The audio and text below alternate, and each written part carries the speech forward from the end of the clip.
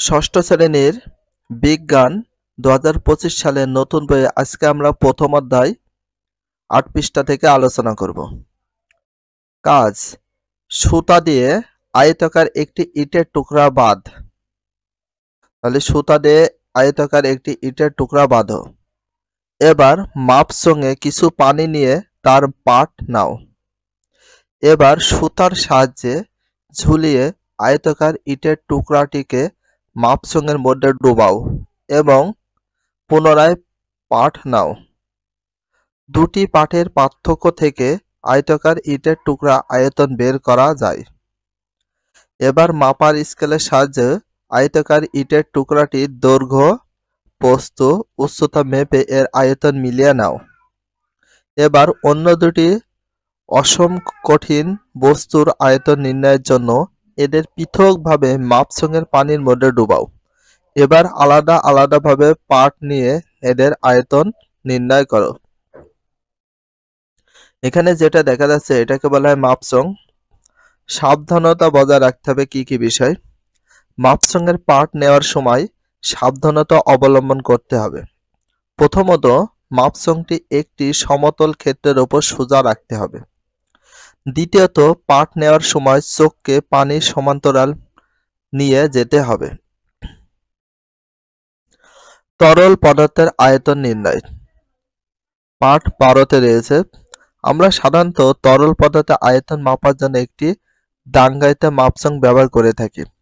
আমরা সাধারণত তরল পদার্থের আয়তন মাপার জন্য কি ব্যবহার করে থাকি? একটি ডাঙ্গায়িত মাপসং ব্যবহার করে থাকি। ডাঙ্গায়িত মাপসং ব্যবহার করে থাকি। নিচের ডাঙ্গায়িত মাপসংটির সাহায্যে অন্যান্য সিলিন্ডারের তরলের আয়তন পরিমাপ করে খাতায় লিখো। তরল বলতে পানি জাতীয় যে কোনো পদার্থকে বোঝানো হয়। তাহলে তরল পদার্থের আয়তন। তাপমাত্রার পরিমাণ। তাপমাত্রার পরিমাপ। তুমি হয়তো বিভিন্নভাবে তাপমাত্রা শব্দটির সাথে পরিচিত, যেমন টেলিভিশন অথবা রেডিও খবরে দিনের তাপমাত্রা বলে দেয়া হয়। তাছাড়া কারো জ্বর হলে আমরা তার দেহের তাপমাত্রা মেপে জেনে নিই। তাপমাত্রা পরিমাপের আন্তর্জাতিক একক হলো কেলভিন। ভেরি ইম্পর্টেন্ট একটা কোশ্চেন। তাপমাত্রা পরিমাপের আন্তর্জাতিক একক হলো কেলভিন। এই কোশ্চেনটা বিশাল ইম্পর্টেন্স, তোমরা দেখে রাখতে পারো। আর যেগুলো ইম্পর্টেন্ট কোশ্চেন সেগুলো আন্ডারলাইন করে দিতে হবে যাতে অনেক সুবিধা হয়। তাপমাত্রা পরিমাপের আন্তর্জাতিক একক হলো কি? কেলভিন। তবে এখনো সারা বিশ্বে ব্যবহারিক কাজে, বিশেষ করে দৈনিক তাপমাত্রা নির্ণয় বা জন নির্ণয়ের সেলসিয়াস বা ফারেনহাইট একক দুটি বহুল ব্যবহৃত হয়। তবে এখন সারা বিশ্বে ব্যবহারিক কাজে, বিশেষ করে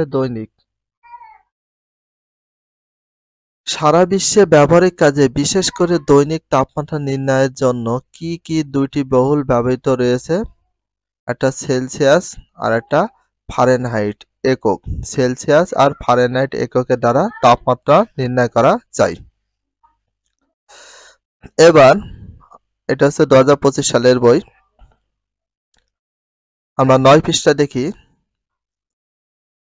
খুব একটা বেশি ইম্পর্টেন্স বা গুরুত্বপূর্ণ কোর্সে নেই। কাজ: প্রথমে একটি ডাক্তারি থার্মোমিটার নাও। ডাক্তারি থার্মোমিটার তো সবাই চেনো। থার্মোমিটার কি কাজে ব্যবহার করা হয়? জ্বর মাপার জন্য। এবার এর সাহায্যে কিভাবে তাপমাত্রা নির্ণয় করতে হয় তা বুঝে নাও। সাধারণত থার্মোমিটারে ৯৪ থেকে ১০৮ পর্যন্ত ফারেনহাইট স্কেল ডাঙ্গায়িত করা থাকে। কত পর্যন্ত? ১০৮ পর্যন্ত। তাহলে সাধারণত থার্মোমিটারে কত থেকে ৯৪ থেকে ১০৮ পর্যন্ত ফারেনহাইট স্কেলে ডাঙ্গায়িত করা থাকে, মানে দাগা থাকে ১০৮ মিটার পর্যন্ত। কোনো থার্মোমিটার আবার একই সাথে ৩৫ থেকে ৪২ ডিগ্রি সেলসিয়াস স্কেলে ডাঙ্গায়িত করা থাকে। কোনো থার্মোমিটারে ৩৫ থেকে আবার কথায় ৪২ পর্যন্ত দাগা থাকে। এবার লক্ষ্য করে দেখবে থার্মোমিটারের ভিতরে একটি পারদ স্তম্ভ দেখা যাচ্ছে। তাহলে থার্মোমিটারের ভিতরে একটি কি দেখা যাচ্ছে? একটা পারদ স্তম্ভ দেখা যাচ্ছে। এই পারদ স্তম্ভের কারণে তাপমাত্রা পরিমাপ করা হয়ে থাকে। এটি তাপমাত্রা বৃদ্ধির সাথে সাথে উপরে উঠতে থাকে। তাহলে তাপমাত্রা যত বৃদ্ধি পাবে তত উপরে উঠতে থাকবে। সেটা কি? পারদ স্তম্ভটা। এবার তুমি থার্মোমিটারকে হাতের নিচে অথবা তোমার জিহ্বার নিচে রেখে দিলে 1 মিনিট পর দেখতে পাবে পারদ স্তম্ভের উচ্চতায় কোনো পার্থক্য হয়েছে কিনা। এ থেকে তুমি তোমার গায়ের তাপমাত্রা পরিমাপ করতে পারবে। থার্মোমিটার বেশিরভাগ ক্ষেত্রে আমরা জ্বর মাপার কাজে ব্যবহার করে থাকি। নতুন শব্দ: পরিমাপ, মৌলিক একক, যৌগিক একক, এসআই পদ্ধতি, মেট্রিক টন, কুইন্টাল। এই অধ্যায়ে আমরা যা শিখলাম, দৈনন্দিন জীবনে প্রায় প্রতিটি কাজে প্রয়োজনীয় সঠিক পরিমাপের বিষয়গুলো শিখলাম। একটি জানা আদর্শ অংশের পরিমাণকে পরিমাপের একক হিসেবে ধরা হয়। মৌলিক একক 60টি। তাহলে মৌলিক একক কয়টি ছিল? 60টি, সেটাও শিখলাম। যৌগিক একক শিখলাম। যৌগিক এককগুলো কি কি সেগুলো শিখলাম। তো অনুশীলনের শূন্য স্থান কিভাবে পূরণ করতে হয় সেই বিষয়টা আমরা দেখি। শূন্য স্থান দিয়েছে এখানে, পরিমাপের একক 2 প্রকার, সেগুলো কি কি সেখানে লিখতে হবে।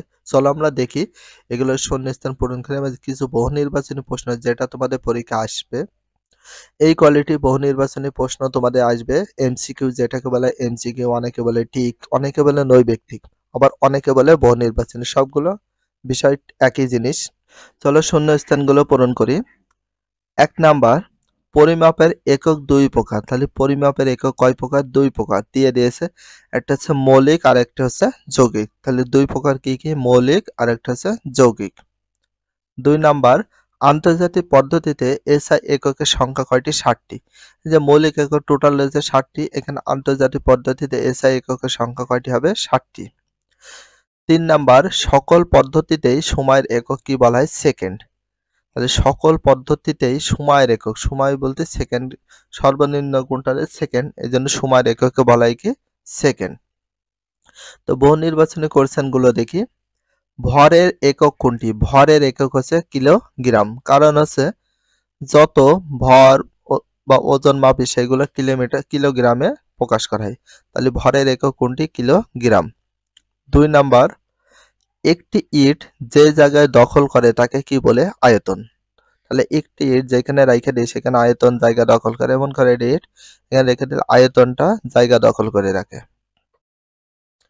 এবার 3 নাম্বার কোশ্চেনে আগে আমরা এখানে উদ্দীপক দেখতে পাচ্ছি দুইটা। নিচের চিত্র থেকে 3 আর 4 নাম্বার প্রশ্ন উত্তর দিতে বলেছে। তো এ নাম্বার চিত্র আর এটা হচ্ছে বি নাম্বার। দেখো 15 ঘন সেন্টিমিটার পাথর ফেলার পরে উচ্চতা হয়েছে 15 ঘন সেন্টিমিটার, আর 10 ঘন সেন্টিমিটার পাথর ফেলার আগের উচ্চতা। তো পাথর ফেললে তাহলে আয়তন বেড়ে গেছে। তো এখানে কি বলা হয়েছে?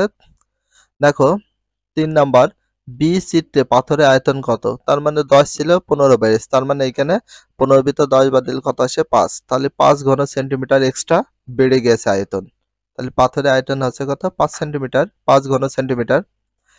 এ চিত্রে প্রদর্শিত বস্তুটির আয়তন নির্ণয় ক্ষেত্রে কয়টি এককের গুণফল দরকার? 3টি। তো 3টি এককের গুণফল কেন দরকার আমি একটু বলি। এটা হচ্ছে দৈর্ঘ্য আছে, প্রস্থ আছে আর উচ্চতা। দৈর্ঘ্য, প্রস্থ আর এই যে উচ্চতা হলে সেটা হচ্ছে কি হয়? আয়তন হয়। তো ভিডিওটা এখানে শেষ করছি। ভিডিওটা কেমন লাগলে কমেন্ট করো, ভালো লাগলে লাইক করো, চ্যানেল হলে সাবস্ক্রাইব করো, পেজ হলে ফলো করো। If you love this video, please subscribe my channel, like, comment, share, hit the bell icon for getting next video. So everyone take care. Love you. Allah Hafiz. Bye bye.